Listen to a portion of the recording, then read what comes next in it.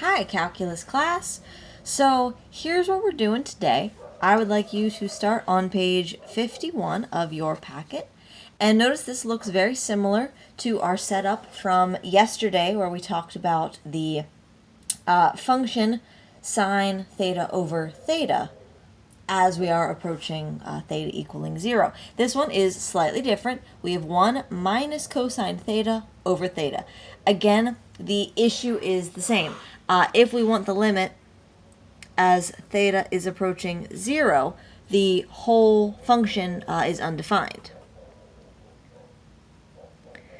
So we are going to take a look at this chart again to try to figure out, well, what does the graph say?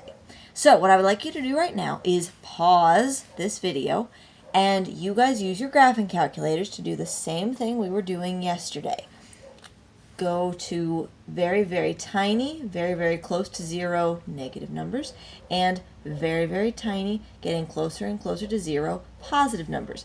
0 is right there. So using your graph, take a look at these. Remember, when you are evaluating this or typing this into your graphing calculator, make sure you put parentheses around the 1 minus cosine theta before you hit divide by theta. Like I mentioned yesterday, in your calculator, this is actually going to be x, not theta, but it's going to work exactly the same. Make sure your calculator is in radians.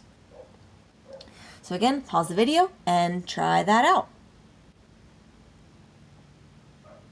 So now let's keep going. I'm going to assume you did all this work. You should have found, and we can see our left, right, and total limit at the bottom here. On the left, we found that it is approaching nice 0. On the right, it's approaching a very nice 0. Therefore, left and right match. Therefore, the overall limit is also 0. There we go. So we can use that now. The limit, well, I don't even have to rewrite it. Here we go. We're allowed to reuse this fact from now on. The limit of 1 minus cosine theta is theta. So what I want to do next is go through just a couple packet problems with you and then let you loose on some as well. My bet is we won't get through all of them in this single video, so stay tuned for another one. But the first one I would like to do together is this one on page 55 in your packet, number 6. Now, this one actually has nothing to do with the example we just talked about, but they all go together, I promise. And it's good to remember both of the rules that we talked about, and we can use them interchangeably. So here we go. We have the limit as x is approaching 0 of 5x plus sine of 3x. There we go. All over x.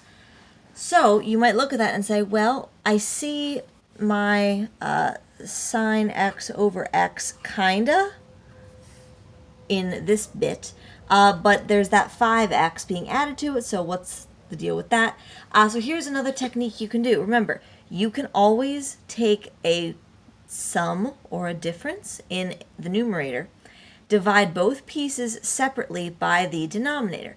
What you're doing essentially is creating two separate fractions. So let's take a look at what we could do here. I would have the limit as x is approaching 0 of 5x over x plus sine of 3x over x. Just like that. And again, the idea behind us doing this, we knew that plugging 0 into start would not have worked out well for us, so this is what we're doing instead. So I see I can simplify this guy, and my problem goes away by canceling. Over here I see I am so close to the rule that I know that sine x over x is 1, but I'm not quite there. We talked about this yesterday though.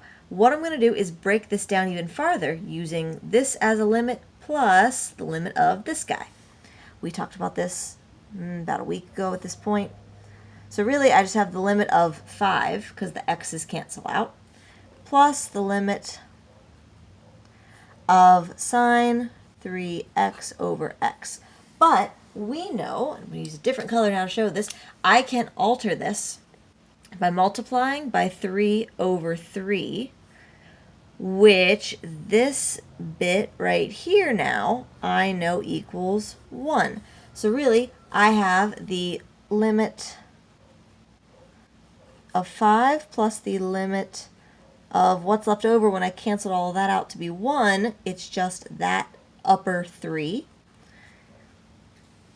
So we know the limit of a constant, no matter what that constant is just the constant itself. So my limit is 8. There we go. There we go. So at any point in this video, if you guys have questions, obviously I'm not there to answer them right now, but feel free to ask each other. My bet is that someone will be able to answer a little bit better just by seeing something a little bit different, just through their eyes, their experience. So there we go.